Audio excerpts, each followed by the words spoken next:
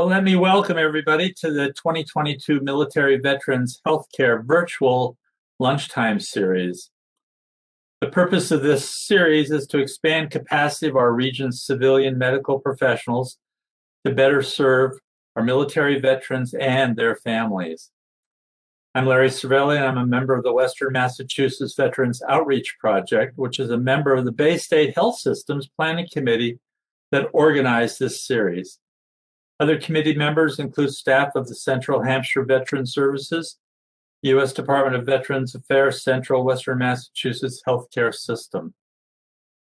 The series directly supports our goal of getting educational information out to medical and behavioral health specialists about the unique experiences and psychosocial needs of the military and veteran community. The outreach project itself includes representatives of Cooley-Dickinson Healthcare, Central Hampshire Veterans Services, ServiceNet, the Smith College School for Social Work, the VA, the Veterans Education Project, and the Veterans Mediation Project. You can find out a lot more about these organizations by visiting our website at wmvop.org. To receive credit for today's presentations, you need the course code, and the code is SAXLAV. That code should be texted to 413-200-2444. That's SAXLAV. Texted to 413-200-2444. You will receive acknowledgement that you have participated and your attendance will be recorded. There is a very brief post-course assessment that you will be asked to complete. Before we start, we ask that you share the availability of this important free series with your colleagues. After today, there will be 2 more seminars on Wednesday in February. February 16th is Understanding and Addressing the Needs of Survivors of Military-Based Suicide. And February 23rd will be a presentation on service dogs. So we encourage you to get your colleagues to attend. Today, we will be hearing about the major contributions to veterans care that's provided by the Vet Center in Springfield. Our presenter is Mr. Bryan Doe. Bryan served 8 years in the active duty Army as a forward observer, achieving the rank of Staff Sergeant with 2 combat deployments to Iraq, totaling 27 months. Those deployments resulted in the Iraq Campaign Medal and 3 stars, as well as the Combat Action Badge. He was discharged honorably in July of 2010. That indicates for sure that if you have questions, don't hesitate to ask Bryan during this presentation. From 2010 till July 2013, Bryan worked as a Department of Defense police officer and later as a police sergeant prior to becoming the outreach specialist with the Vet Center in West Springfield. In that role, he provides valuable resources and information to veterans, their families, and community partners throughout Western Massachusetts. His personal experience underscores the importance of successful transition and reintegration of veterans into their respective communities. His work is dedicated to providing veterans with the tools necessary to successfully do so. His background education includes a bachelor's degree in criminal justice, a master's degree in education as a counselor, as well as a master's in business administration. The veteran community here in Western Massachusetts is extremely fortunate to have access to the Veterans Center and knowledgeable individuals like Bryan to assist the members of our community. Welcome, Bryan, and thank you for supporting our Bay State 2022 Military Veterans Healthcare Virtual Lunchtime Series. Thanks, Larry. Appreciate the introduction. And with the experience that you heard Larry go over, I definitely that's what led me to the, position I'm in today as the outreach specialist. I really value this job. I've been here now for over 8 years, and I really, really enjoy what I do. And it really stems from, I think, even before my time in the Army, just wanting to be in a helping profession. I used to work with children prior to joining the Army in 2002. And so, when I got out of the military, I knew that I still wanted to continue, helping people. And I thought, what better group to help than, military members, across Massachusetts. I just absolutely, love being able to interact with them, share my experience, which I hope then, is able to guide, help to guide them in a direction that's going to move their life forward, and so they can continue their journey in a positive direction. So, with our program, I'm just going to do a brief overview. During this briefing, I definitely do not mind questions at all that come up on a slide. I would ask that if you do have a more lengthy question that needs a little bit more discussion, I would ask that those wait till the end of the presentation. But anything that's like a popcorn question in regards to kind of getting some clarification in regards to a question, or maybe bringing up a topic that's relevant that you feel would be good to address at that current moment, absolutely bring it up. That's not a problem at all. So without further ado, we'll get into the presentation.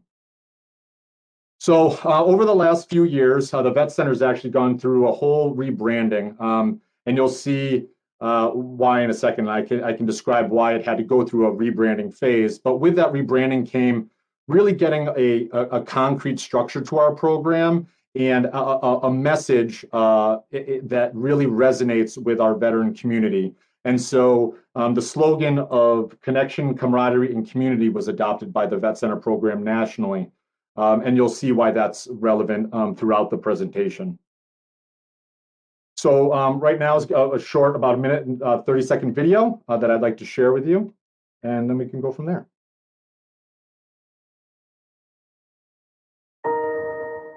Connection, camaraderie, community.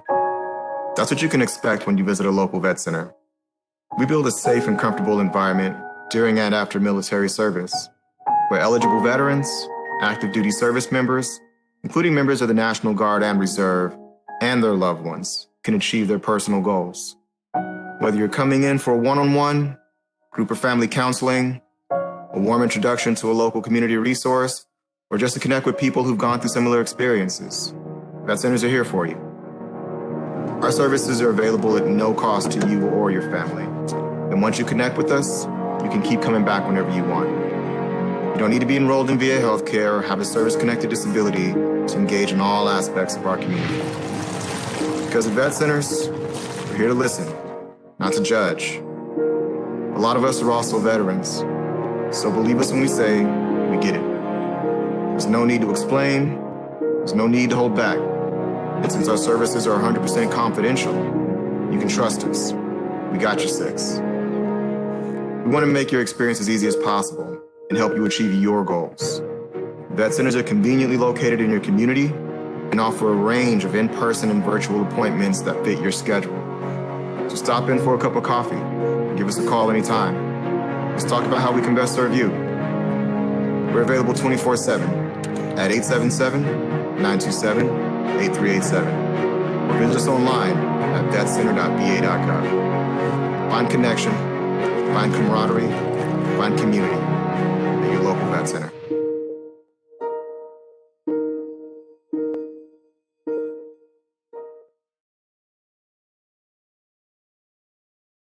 So I have to say, if you know anything about the history of our program, the communications office nationally that spearheaded that national rebranding effort has done a phenomenal job with really encompassing all that all that vet centers are. And so I love watching that video. I think it really speaks to our program, and that's why I like to share it. And it gives you a really good brief overview of what to expect from our services and support that we offer. But we wouldn't have been able to do this without our Vietnam veterans. And it is because of the Vietnam veterans why vet centers exist today. I can tell you that these Vietnam veterans, like most of you probably know, obviously weren't being accepted back here in the United States when they came back home after their deployments overseas to Vietnam. And often they just had each other to lean on. And so these outreach centers started to pop up all over the country. First started on like the Western Seaboard as veterans were coming back into port, coming back into different air bases at the time over in California and the West Coast. And so that's where they first started to pop up. And this started happening in the late 60s. So the gentleman that you see in the middle, there's two photos of him. One on the picture of him in the middle on the left is a gentleman by the name of Max Cleland. For those that don't know him, he was the head administrator of the Department of Veterans Affairs after he returned back from Vietnam. He was injured in Vietnam, became a triple amputee, but for his services in Vietnam was awarded a Silver Star with Valor. He's an American hero, and actually recently, just this past month, just passed away. We owe Mr. Cleland a debt of gratitude and thanks as far as what he did to move our program forward. Once he got back home, even after sustaining those injuries, wanted to still contribute to help serve his fellow veterans back here in the United States. And he thought, there's no better way than doing so than, being involved in Department of Veterans Affairs, and again, became that head administrator. And so during that time when he was the head administrator in the VA, he heard about these outreach centers and took a trip with a senator by the name of Max Cleland. It's very new senator. He was just elected for the first time, back in the late 60s. He joined Mr. Cleland in California to check out these outreach centers and saw how successful they were and saw how they were reaching many of these Vietnam veterans that were struggling and weren't coming into the VA because, it's pretty interesting if you look at the history of our country. When it comes to the Vietnam era and obviously the tumultuous times we were in and protests that were going on and foreign policy debate and all of that stuff going on, well, it was something that a lot of people don't realize is even within the veteran community, there was a lot of strife. There was a lot of butting of heads. People weren't getting along because World War II veterans, surprisingly, weren't allowing Vietnam veterans at the time to join the VFW, the Veterans of Foreign Wars.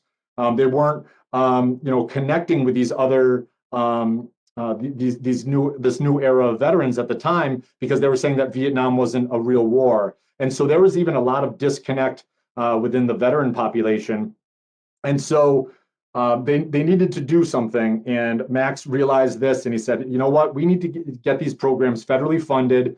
And it took a long time. It took almost 10 years of back and forth with both congressional testimony. They also had, there was veteran service organizations like the VFW. And obviously, nowadays, I can't say enough about the VFW or speak highly about them, the American Legion and the different veteran service organizations that we partner with on a regular basis. But it's come, they've done a 180 and they've really stepped up to the plate and they offer some phenomenal services to our veterans and their families. So I don't want to disparage them at all. I think that they're doing a wonderful job, but we cannot ignore history, and it's very, very important for us to know our history and to know what our Vietnam veterans were going through. And so that being the case, they didn't stop. They kept on battling back and forth over 10 years, doing this testimony, talking with these different veteran service organizations in Congress about the value of vet centers and how important they were to include in the VA. And so in 1979, They actually finally got federal funding as a pilot program, and they were officially adopted in 1981 as a program within the Department of Veterans Affairs. And so, again, I cannot speak highly enough about Vietnam veterans and what they did to start our program. And a lot of people don't know about our history. And I always like to spend some time exploring it because, again, I think it's very, very important that people realize where we come from and that we've been around for a long time. And we want to continue to be there to support our veterans and their families. So the primary services that the Vet Center provides are counseling, referrals, and community engagement. I'm going to review each one of these more in depth, but I also wanted to share some photos of different veterans and partners that we've worked with throughout the years. So you can see on the photos in front of you, one is actually a stock photo from our brochure. The black gentleman on the bottom right, but I thought it was a very fitting photo. He's just he is actually a Vet Center client. So all of these people in all of these photos that I'm going to be speaking about today, or you're going to be seeing, have all signed releases of information via photo and media releases. So we're able to use their likeness for presentations like this. Because I'm a visual learner myself, so I think it's really important that you don't just read what our program's about, but you can actually see what we do as well. So we have a gentleman on the bottom left. He actually is engaging in our model building group that we offer here at the Vet Center, where the veterans build plastic models. And again, it could be a military model, anything, a car, something that they find fun and enjoyable, and we provide that space and the resources to do so. We partner with Guitars for Vets. One of our clinicians is a classically trained guitarist, and Guitars for Vets offers a 10-session lessons for veterans that attend the Guitars for Vets class, and they receive, after those 10 lessons, a free guitar and all the accessories needed as well. And so it's pretty amazing that we have programs like that available. And then myself, along with a couple people from an outreach event that we were at, and then up in the upper right corner is a woman that participated in our equine program that we offer with a therapeutic equine center in Holyoke. And that's another program that we're very, very proud to offer at our Vet Center as well. So when it comes to counseling, there's a multitude of different services when you want to look at the counseling services that we provide here at the Vet Center. So whether it's individual, group, couples, or family, there's going to be a lot of different aspects of those services. So if you even just break down individual counseling, right, you could look at traditional like talk therapy, where you're sitting down one-on-one with a clinician and pursuing using like cognitive behavioral therapy. And then if you want to get into more depth with the clinicians, they are all of our clinicians are licensed here and they practice evidence-based treatments. But again, it depends on the needs of the veterans. Some veterans are going to want to receive evidence-based treatments like prolonged exposure, cognitive processing therapy, EMDR, things like that. And we're happy to be able to offer those services. But then we offer more like holistic services as well, more mindfulness-based services at the Vet Center. It's going to vary depending on which vet center you go to, because each clinician is going to have their own specialty that they focus on. But many of our clinicians are focused on trauma-informed care. So most of the time, you're going to get clinicians at a vet center that are going to be trained in some types of evidence-based therapies, but it's going to vary from vet center to vet center. And then when it comes to groups, we offer era-specific groups. So what that means is like we offer like Vietnam veteran groups. I believe we have about 6 Vietnam veteran groups running currently at our vet center. We also run Iraq, Afghanistan, a couple Iraq, Afghanistan groups. We have some cultural groups at the Vet Center. We have 2 Black veteran groups at our Vet Center. We're actually going to be starting a Spanish-speaking group at our Vet Center shortly. Then we also have a women veteran group. We have a spouse support group. So there's a lot of opportunities for group interactions as well. And then offering support to couples and families. So we have a licensed marriage and family therapist on staff. who is also the trained classical guitarist. And so being able to offer those supportive services for the for the couple, whether it's a spouse, girlfriend, boyfriend, they do not need to be married and to engage in services like that. It's whatever the service member or the veteran considers family. We consider them family as well, and so we're happy to provide services for them. And then you could look at the different topics that we. Oh, sorry. Go ahead. Oh, sorry. So when it comes to topics covered, there's again a lot of different things going on in veterans and service members' lives as well as their families. So we're going to cover a variety of topics, whether it's symptoms associated with PTSD, military sexual trauma, transitions from military to civilian life, everyday stressors, and then also offering bereavement services for family members. And so what that means is if a service member is killed on active duty, we offer bereavement services for that family for however long they need to grieve for. And that's also just an example of the different topics covered as well. There's a wide array of services that we're able to offer. When it comes to referrals, they could be medical, benefit related, employment, education, or community-based resources. So, it could be anything from a veteran that comes to see us for the first time and they have yet to explore any of their benefits whatsoever. And we don't want to inundate them, and because when they get out of the military, they receive a lot of information. I could tell you that I did when I got out, and it was very tough to keep track of everything that I needed to do. What I really wanted to do, to be honest, was to spend time with my family, which I didn't get to do for a while I was deployed and while I was, dedicated to serving my country. I definitely would often put my family on the back burner to be able to serve the country. And so I wanted to really take time to spend that time with the family. So when it came to different resources and things available as far as benefits for myself, I was concentrating on other aspects of my life and not so focused on things that I needed to do. So it's really important for veterans and service members. And the reason why I make that distinction of veterans and service members is veterans, that means that you've exited out of the military. So there's a couple things. Either you've exited out of the military or you do something to, there's a federal definition of a veteran. I don't have it offhand specifically, but more or less, it's if you completed 180 days of active duty military service, or if you've deployed overseas, you're considered a veteran. And then when we're talking about service members, we're talking about current members of the military. So when you often hear me make that reference, that's why I'm doing so. And you'll see why it's important when we get to our eligibility criteria. So to get back to the referral piece, we have really created a vast network across Western Massachusetts.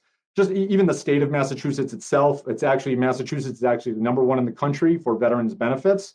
And each town and city has what they call a veteran service officer that is often the first person that veteran is going to interact with in their community. And so we've created a great relationship with those veteran service officers across Western Mass to be able to refer our veterans that we're working with at the vet center. But then also, if a veteran service officer is working with a veteran in the community and is recognizing that the veteran is having some, has some stressors or has gone through some type of trauma and needs some assistance and may need some counseling and support, they know that they can reach out to the vet center, and we're able to provide those support and services to that veteran and their family. And so we really pride ourselves on having those great relationships with those VSOs, as well as other community-based resources. It could be with Bay State, like offering this presentation today. It could be with other community mental health providers, where we offer military culture trainings. We also work with veteran nonprofits. Some examples would be like New England Adventures, Holyoke Rows, which we offer our kayak program through Holyoke Rows.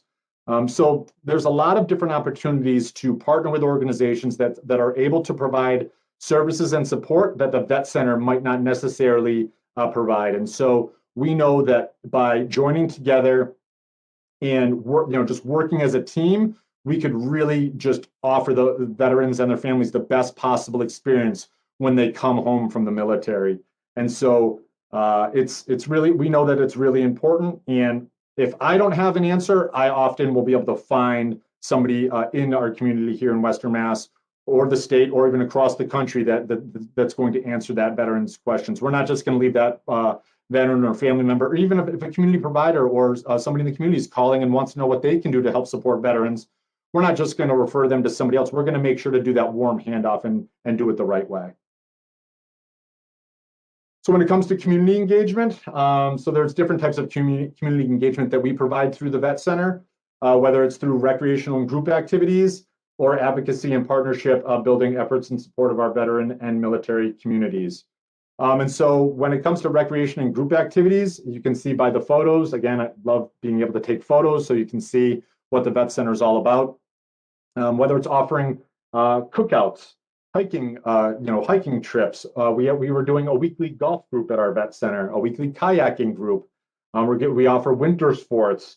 I had the opportunity of getting trained through the Sierra Club, has a military outdoors program. I was fortunate enough to be able to go up to Vermont a couple years ago and get trained to be a guide for overnight hikes for veterans.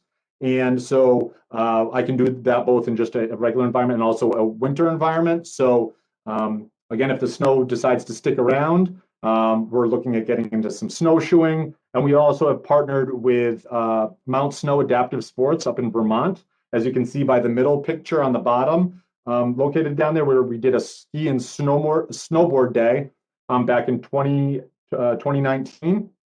And we actually are in currently talking to them now about offering this again at the beginning or in the middle of March, being able to offer a ski and snowboard day for veterans and service members, partnering with the Adaptive Sports Program at Mount Snow and New England Adventures, which is a local veteran nonprofit that focuses on outdoor activities.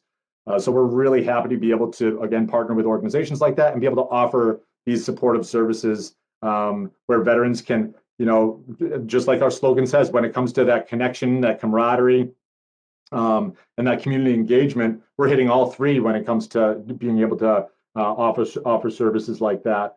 On the bottom left, you can see that from one of our hikes that we did, that was actually up at Mount Tom. And then on the bottom right, you can actually see, so that's me pinning a Vietnam veteran. We actually held a Vietnam veteran lapel pinning ceremony. So March 29th is National Vietnam Veterans Recognition Day.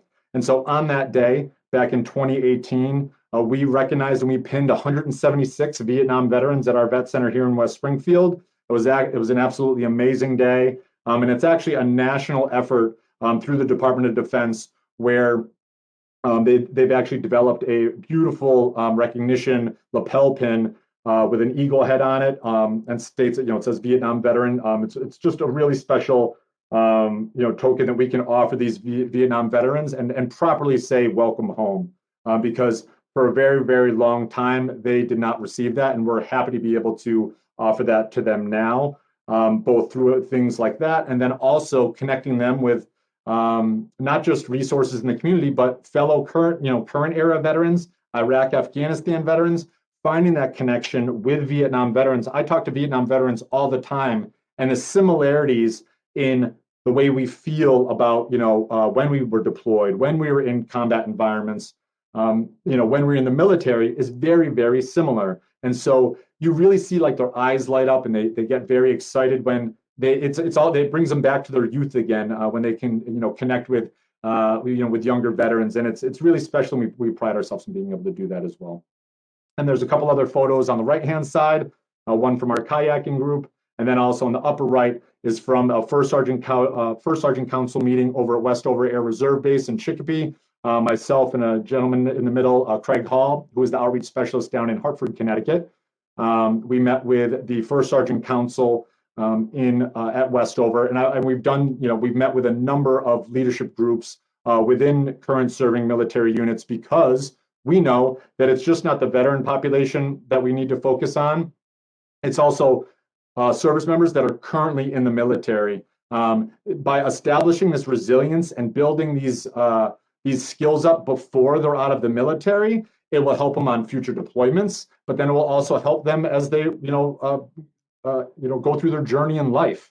And so by talking to these leadership groups and really kind of dispelling the stigma of, surrounding mental health treatment, especially amongst military members, because I could tell you, especially when I was in, it was definitely, it was not, you weren't encouraged to seek mental health treatment, right? They often would encourage physical exercise, right? There was no shortage of that whatsoever while I was in. But when it came to the mental side, that was often put by the wayside, and we were just expected to be able to suck it up and drive on and to push through things when we were struggling, instead of finding ways to be able to manage what we were going through, to then be able to continue building ourselves up in a way that would be effective for our careers in the military, but then also for us to be effective, whether it was in battle or whether it was in, back in our communities when we returned home. A lot of veterans were struggling with alcohol abuse, getting in trouble with, getting in legal trouble, having a lot of these problems because they didn't receive that support when they were in the service, and they often left without getting that proper guidance. And so we know that with talking to these leadership groups, we're able to really, get through that barrier, able to have these conversations. They're able to sit down with their service members, be able to utilize us as a resource, and to be able to share this information, to be able to provide the best possible support for those service members and their families. So when it comes to the different qualities of a vet center, so whether it's our warm and welcoming environment that we have, safe, confidential, and judgment-free atmosphere, and then also having a community of support, those are a few of the different qualities that we offer at our vet center. I wanted to focus on the confidentiality piece for a second. It's really important for people to know that, yes, we are a program within the U.S. Department of Veterans Affairs, but we have separate record keeping from both the VA and the Department of Defense. We do not share records with the VA or DOD. They do not have access to our records. If anybody besides that veteran does want access to that records, that veteran does have to sign a release of information in order for that to happen. Obviously, there's going to be exceptions, right, when it comes down to safety concerns, child, elder abuse, mandated reporting. That is a different scenario. But when it comes down to a veteran, say the veteran is a firefighter, police officer, doctor, whatever the case may be, and they want to keep, for whatever reason, the fact that they're going to seek mental health services, they want to keep that private and confidential. We're able to offer that for them here at the vet center. And it's really nice too, because, even though we definitely will, help facilitate veterans getting enrolled in VA healthcare, and, we want to make sure that, we can, facilitate primary care services and help them with care coordination and that type of thing. With the vet center, we're a community-based clinic. So often, where veterans might be hesitant to go to a hospital, in that type of environment, having this community-based clinic where we're right off 91. And actually, if you're familiar with West Springfield, there's a donut dip. Actually, I'm looking at it right across the street right now. And that donut dip provides coffee and donuts for our veterans on a daily basis, which is really nice. When we're fully open, and I'll get into that in regards to our limited access to services here in a second. But it's often really nice where a veteran can just come into our parking lot and not feel like they're going into this environment that they might feel kind of tense and kind of hesitant going into. And so being able to offer them that additional support or services is really important, and could be the first step in order to facilitate these external services or these additional services, whether it's through the VA or other providers that might be community care providers, right? And that could include Bay State Medical Center. It could include River Valley Counseling Center. All these different community providers, that we could be that first step in regards to those supportive services. And then, from there, that veteran would determine if, they want to be able to share those records with those other providers. and we allow that veteran to make that decision. And another reason why it's important, and I talked about it earlier in regards to the difference in regards to current service members versus a veteran. So DoD, so Department of Defense, which all military branches fall under, the VA and Department of Defense have a file sharing agreement. The Vet Center program does not participate in that file sharing agreement. So again, when it comes to current service members accessing services, their command, their unit medical, they're not going to have access to Vet Center records. If they do want access to Vet Center records, they do have to, request that release of information, and that veteran has to sign that release. So there's also, when it comes to just the Department of Defense or just military branches in general and current service members, we don't like there to be that barrier there, that wall. It's important, for the service members to know that is available to them, but we also want them to know that you can lower that wall too, to allow your leadership to be involved in your treatment, to be involved in the support and the services that you need, and to have that support coming from your unit leadership. To me, it makes a lot of sense. But again, we leave it up to the veteran. But that's also why we go out to these leaders, because we want to have them involved in a service member's treatment, right? So we want to be part of their support system, and so they can go to them and be like, hey, Sergeant, I have this appointment, I have this going on. And by doing that and offering that support, you're going to have service members that are dealing with things at an early, they're dealing with it earlier.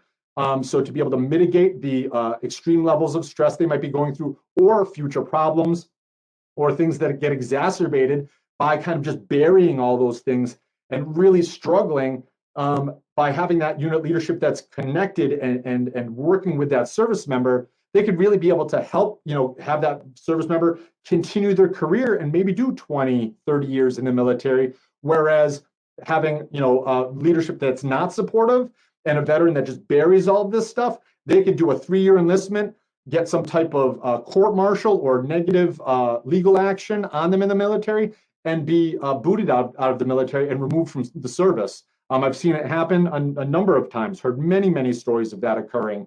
And we also know that people do have to take personal responsibility, but as a leader in the military, it's also our responsibility to look out for our fellow service members and take care of them. And so we really pride ourselves on having those conversations with leaders in the military to make sure that that's very, very clear. And I also just, even if it's not reaching, veterans, current service members, or their families, even talking to yourselves today and talking to members of the community that might not even have any military connection whatsoever, you might run into a veteran or a service member that needs services or support. And so being able to, hand them a business card with our information on it, or provide them with a website or some information to be able to, or a name, and be able to start that process, you're a part of the veteran's journey as well. And so we find that, including the community is an extremely important part of this. So also some additional qualities, like you heard in the video earlier when we talked about guided by professionals who get it. Many of our staff at vet centers across the country are veterans. I believe nationally, about 70% of the staff at vet centers are veterans. And they're also highly trained clinicians that are all licensed, being able to provide those services, or they're going to be practicing under a licensed supervisor if they have not received licensure yet as well. Then also when we talk about different services besides the evidence-based services, we also are able to offer therapeutic services, these recreational activities to meet individuals' goals and be able to provide the right plan for them to meet their goals. And one very big piece of our services as well is that it's always available to the veteran service member or the family at no cost. They do not need to be enrolled in VA healthcare, and there's no insurance, no co-pays at all when you're utilizing services at the vet center. So when it comes to eligibility for our program, this is one of the slides that has, obviously there's no fancy pictures on this one, but except for our beautiful new logo, I have to say. But when it comes to our eligibility, we are very specific in regards to the veterans and service members that we do work with.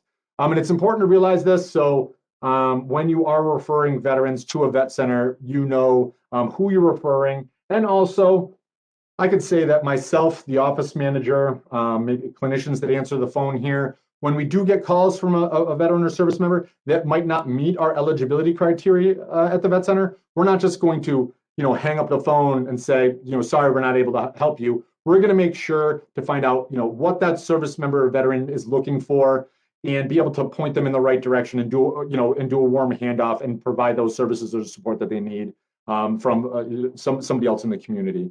And often, we get a number of calls, benefits related calls, things actually, and we also do get some calls in regards to if we can see somebody's cat. We are not a veterinary clinic, but that used to be being the vet center. We would sometimes get calls, and we actually had a cat left on our doorstep at one point, which was then brought obviously to the proper place later on. But that does happen as well. When it comes to the eligibility for our actual services here at the vet center, as you could read here, but I'll just quickly go through them. So any service member, active duty military member, or Guard or reservist that deployed to an area of hostility or combat theater. So that could be Iraq, Afghanistan, Vietnam, Somalia, Grenada, or in direct support of operations. So if you're in the Navy, which they often they call, you'll often hear people say blue water Navy or brown water Navy.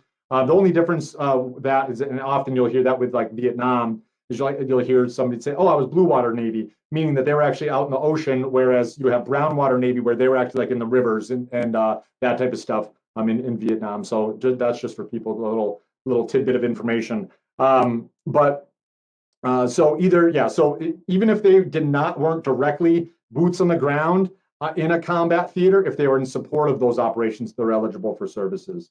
Any service member who experienced military sexual trauma while serving in the military, no matter when in the service, is eligible for services at the vet center, and documentation is not needed.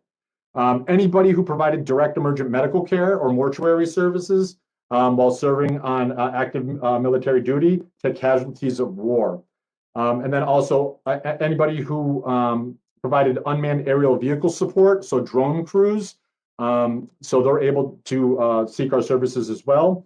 And then Vietnam era veterans who received vet center services prior to January of 2013. So as you'll see in a couple of the other slides that I go through, our eligibility has changed throughout the years. We continue to modify it based on the needs of our veteran community. So like I said before, their services are available at no cost. They don't need to be enrolled in the VA healthcare. And also something very important to realize as well is regardless of a veteran's discharge, it doesn't matter. They're able to still receive services at the vet center. So if they have any type of dishonorable discharge, they can still receive services with us. So family eligibility. So when it comes to families, this is a very important aspect of our program, because we know that it's just not the veteran that serves, it's also the family as well. And so being able to offer those supportive services for the family is extremely important.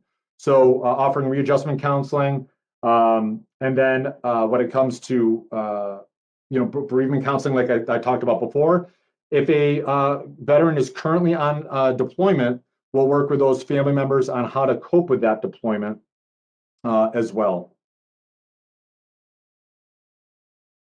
So there's been some new recent expansion of services for the Vet Center. And so under the Vet Center Eligibility Expansion Act of 2021, we opened access to Vet Center services to members of the Reserve Component and National Guard who provided stateside support for federal or stateside emergencies or major disasters. And again, it could be declared by the governor or by the president. And so that would include things like Hurricane Katrina, the Boston Marathon bombing, a tornado, something that happens stateside where they get activated for these under either state or federal orders. They're now eligible for the Vet Center as well. Now, so besides the Vet Center Eligibility Expansion Act, which really opened up our services to another group, which I think is phenomenal that we're able to expand our services, and it's very important that we do so.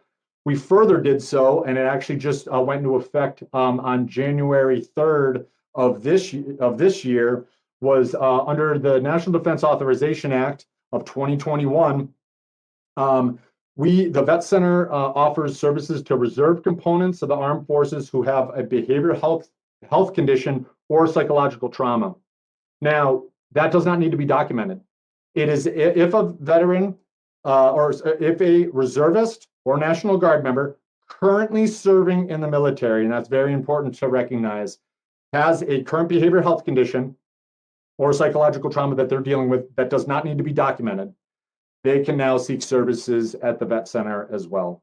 And so we know that that's really important because often a lot of times on military installations, especially active duty bases, they're going to have a wide array of services available. They're going to have large medical facilities, large behavioral health clinics, whereas your National Guard and your reservists, they're often a lot of times are going back to their communities.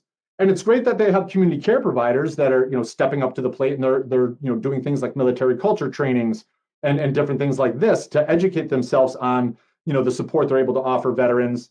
But we know that being able to connect with fellow veterans and and have that hub that's really lacking for these reservists and these National Guard members. And so by expanding these services for the Vet Center, we really opened up a services to a group that was in real need of getting the services and support. And so we're really happy to be able to offer that as well. And so as we continue to navigate this, things will often change, and we're very flexible when it comes to our program and what we do. So I just wanted to share a list of different networking and community partners that we work with on a regular basis. Like you can see Bay State Health located right in the bottom there, as well as many other veteran service organizations, other hospitals. We work, again, I said before, with mental health clinics. We work with different colleges. I talked about military installations, different local businesses. I was offering we were doing presentations on the Vet Center in military culture at Mass Mutual in Springfield.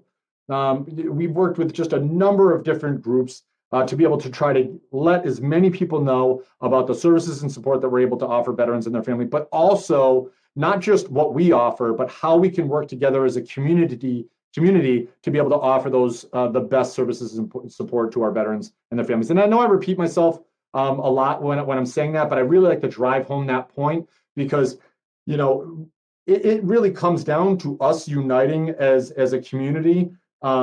And really trying to have that tribal mentality of really kind of when these veterans and service members are coming home, we really want to be able to offer a space to them with open arms and say, welcome home, we're here for you, whatever you need, whether it's, education, job related, mental health related, like whatever we could do to be able to recreational programs, whatever we could do to be able to provide that help and that support, we really want to do so. And so we really want to make sure that we, really push that point.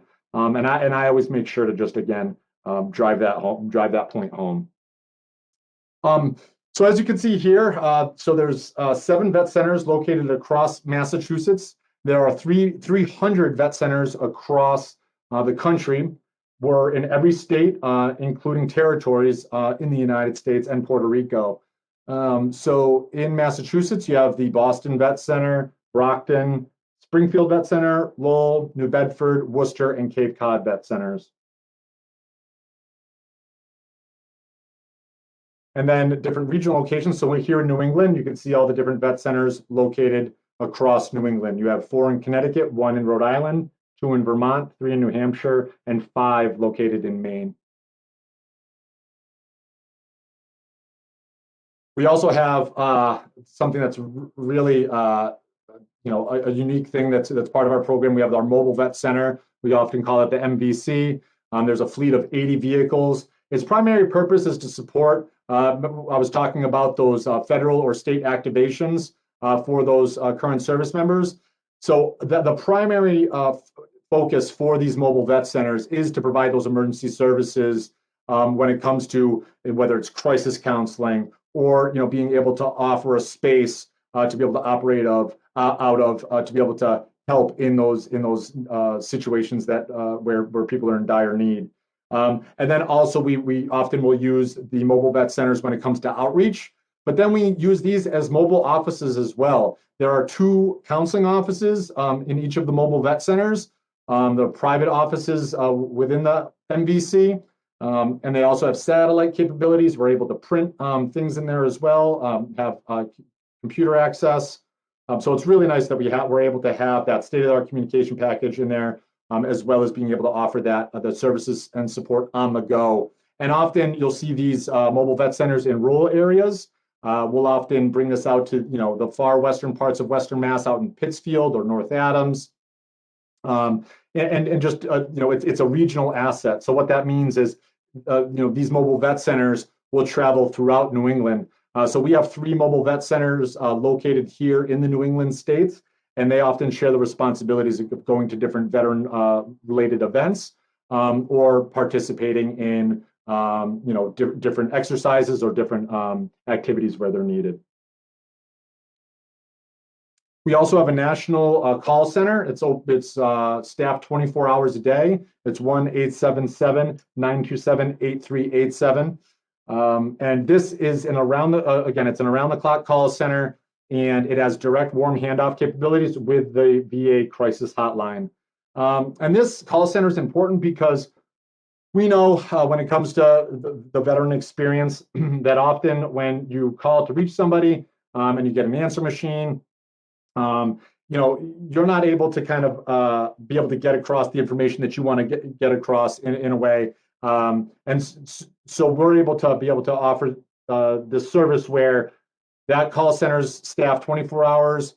And say if you call a vet center and for whatever reason, clinicians are in with clients, I'm at an outreach event, and our office manager is helping a veteran, after 5 rings, it will go to our national call center. And so you'll always speak with a live person. And say if it's a veteran that's currently utilizing our services, they can leave a message for the provider saying, hey, I have to reschedule an appointment. Or if it's somebody that's looking to for their first time to engage in services, all of our staff gets an email, and it will state, this person with their contact information is looking for more information on vet center services. And as soon as I see that email, I'll reach out to that veteran, and I'll begin that process of starting to find out exactly what they're looking for and be able to provide them with that support.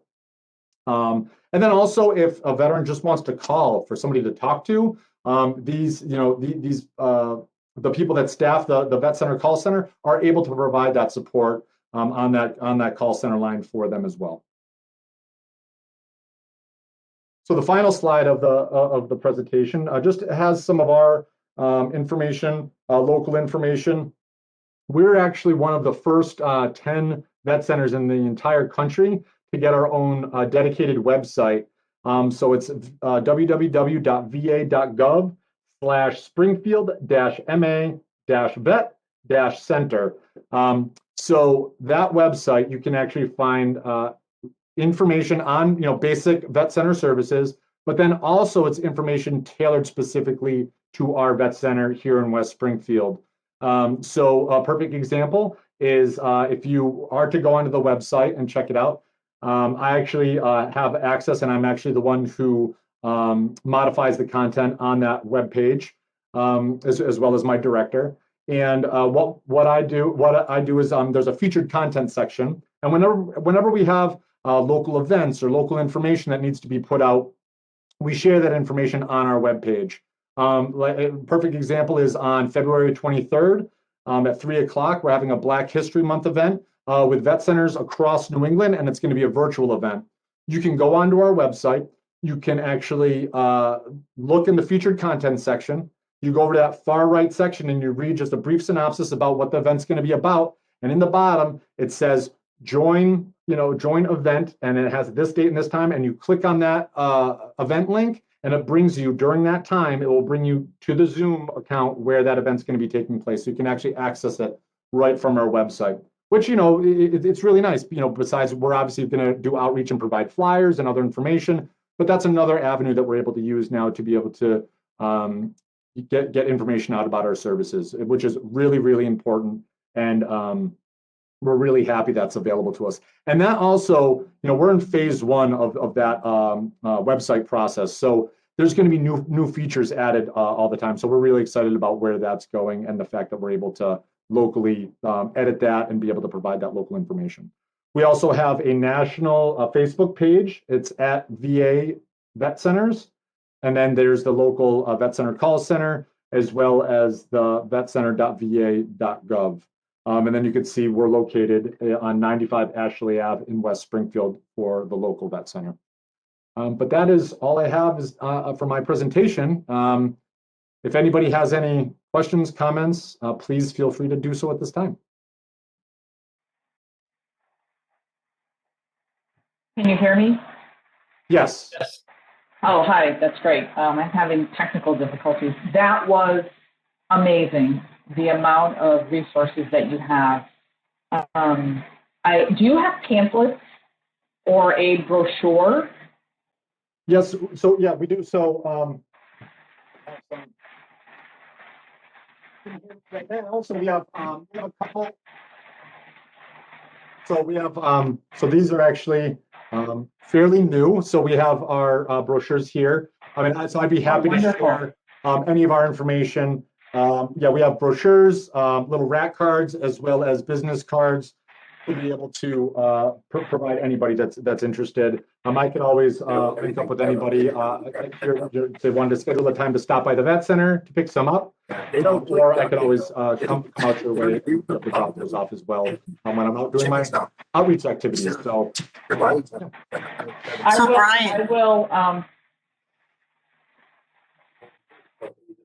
Go ahead, Ida. No, I will make arrangements via email to pick up some of those. I don't need many. I just want to post them with an injury prevention board at the hospital, and I would like to put them up so that, because a lot of traffic goes by that board, and maybe we can put them in an envelope so that people, if they see it, maybe they'll stop and pick it up. absolutely. Yes, I appreciate it. That's amazing. So, Brian, do you have those electronically? We do. Yep, we have those electronically as well. Okay, so if you would email them to me, I could send them off and have them for anybody who requests it. Absolutely. Oh, that's even better, Miriam. Thank you. Thank you. That's even better. Is your PowerPoint available as well? It is. Okay. Would you send that to me as well? You bet. Absolutely. This is Marion, and I work with Ida. Yeah, absolutely. Okay, that would be awesome. I'd be happy to. Brian, am I recalling correctly that a family member who's directly supporting a vet, they independently can seek service at the vet center? So in order for family members to participate in services at the vet center, this is one stipulation that we have. So that veteran, because when it comes to our record keeping, so in order to determine eligibility, we have a couple different ways that we're able to do that. So whether it's a veteran or service members DD-214, which is like the discharge document, or they have different things like they're called in the National Guard, NGB-22, and there's some other different forms of identification in order for us to be able to determine that eligibility. We have to have that veteran or service member involved in some portion of the treatment and at least receive an intake. And even if it's a quarterly check-in to just, to see how they're doing in order for that family member to be engaged in the services, because the way that our services are lined up, even if that family member is receiving services, it is still that service member's record, because that's how we determine that eligibility is by that service member's information. So it's still annotated under the service member's record. So that service member, doesn't have to be like, say if that family member wants to get that individual counseling, that would be a conversation that would be had during the intake process with the service member. And then we would facilitate it that way. It's going to be on a case-by-case basis too, Larry. So there's going to be some instances where veterans that don't necessarily meet our eligibility criteria may receive services. But again, that will, that'll be a discussion that, whether it's amongst our director and another provider or somebody out in the community that wants to be able to facilitate those clinical services for the veteran, we can have that conversation. So the best thing to do is to ask for the service, and if they're not eligible, at least they can be redirected. Absolutely. Okay, thank you very much. You're welcome. I know there's a question for you asking whether the PowerPoint brochures will be shared with everybody in attendance today. Absolutely. We can forward it. Once Miriam receives them, she can send it to all of the attendees via email. Absolutely. Thank you. In the remaining 10 seconds we have, COVID is a big deal. And so, Bryan, how is the Vet Center doing these groups in the face of COVID restrictions? Yep. So when it comes to our services that we offer here at the Vet Center, we offer both virtual and in-person services. So obviously, when COVID first started, all of our services were being offered virtually. I was even doing outreach virtually. But now we have started to expand our services. But we have to do so with keeping safety in mind. So when we do our in-person groups, we make sure that our veterans that are entering the facility do have masks on and they are properly spaced at 6 feet. And so we're able to still offer those services. Or when it was the summer months, we're actually offering a lot of our services, both individual and group counseling, outside. And we've set up like these privacy walls and some nice tents so the veterans have shade. So we try to be as innovative as we can to be able to provide as many solutions when it comes to issues like this. And so we're not obviously at full capacity, right, where we're having all of our groups and we're having veterans always traveling down the hall and in our lobby, conversating and things like that. We still have to get to that point, but we're still able to offer our services to our whole veteran community, even though some of the services may not be currently offered. Right, so like when it comes to some of our like the mindfulness based groups like yoga, meditation, things like that. Just with our space and spreading people out, we're trying to figure out still how to be able to facilitate some of those services. Most of what we're doing when it comes to those activities are going to be outside, or we're going to be working with community partners to be able to facilitate those offsite. Outstanding. We're out of time, Bryan. I can't thank you enough for this presentation. I'm seeing a lot of stuff in the chat room, people who have obviously been exposed to new resources that they can use. So let me thank you again for supporting the Lunchtime series, and look forward to next week's presentation and the following week. So thank you again, Bryan. Hey, thank you. Thank you, Bryan. This was amazing. Thank you. Yeah, thank you for including us, and it's been an amazing experience, and I look forward to continuing to work with you. Thank you. Thanks. Thank you.